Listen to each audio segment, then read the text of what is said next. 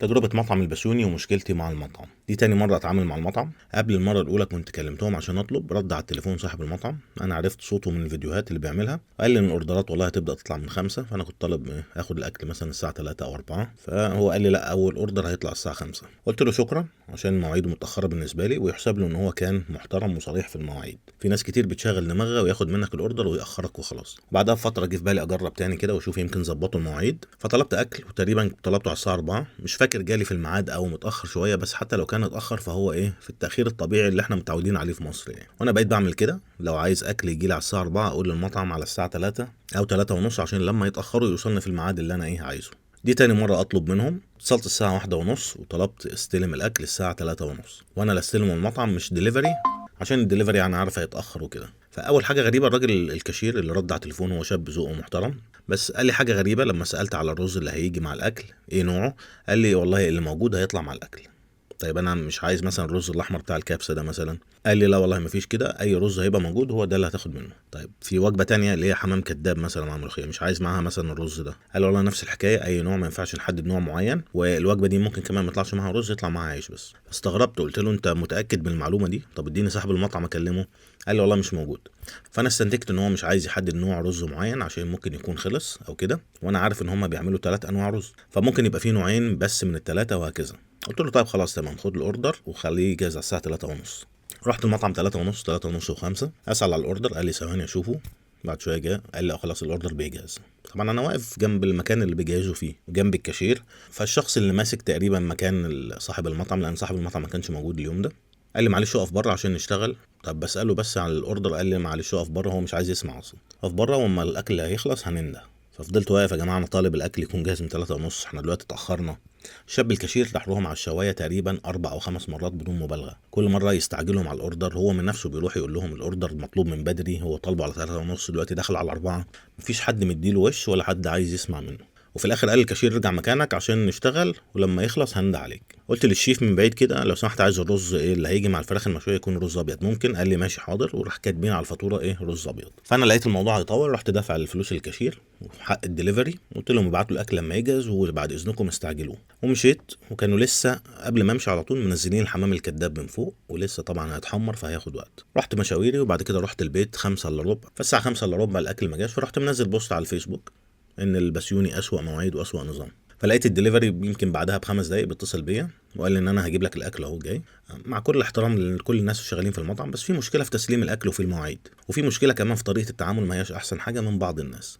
نروح لصاحب المطعم، عشان انا لما نزلت بوست بحكي مشكله تاخير الاوردر، ناس دخلت تقول لك لا الاكل ممتاز، صاحب المطعم محترم جدا.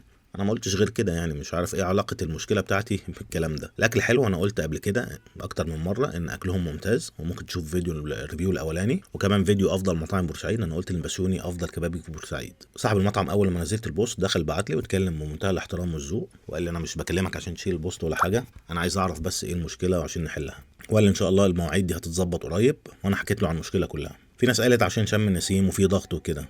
يا جماعه انا ما رحتش اطلب اكل من المطعم ومستني اخده عشان امشي، انا طالب من بدري وطالب الاكل يجهز في وقت معين. فلو المطعم مش هيقدر يطلع الاكل في الميعاد اللي انا عايزه، ممكن يقول ان الاكل هيتاخر، ما فيهاش حاجه، وانا اشوف لو هيناسبني التاخير ده او لا، او مثلا ادبر حالي من مطعم تاني. في ناس بتبقى مرتبطه بمواعيد والتزامات، ممكن حد يبقى عازم ناس مثلا ومديهم ميعاد، ليه اتاخروا عليه الاكل ساعتين؟ يبقى شكله قدام الضيوف مثلا، او حد مسافر عايز ياكل قبل ما يمشي او ياخد الاكل معاه، او حد عيان، او حد صايم عايز يفطر مثلا في ميعاد فطار فتاخروا الاكل عليه ليه. وانا ما اعرفش اذا كان ده بيحصل على طول ولا عشان صاحب المطعم ما كانش موجود، بس دي برضه في الاول وفي الاخر مسؤوليه صاحب المطعم انه يسيب حد مناسب يقدر يمشي الشغل كأن هو موجود بالظبط. والاكل وصلني على الساعه 5 وربع او 5 وتلت، داخلين في ساعتين، ساعتين الا ربع تاخير.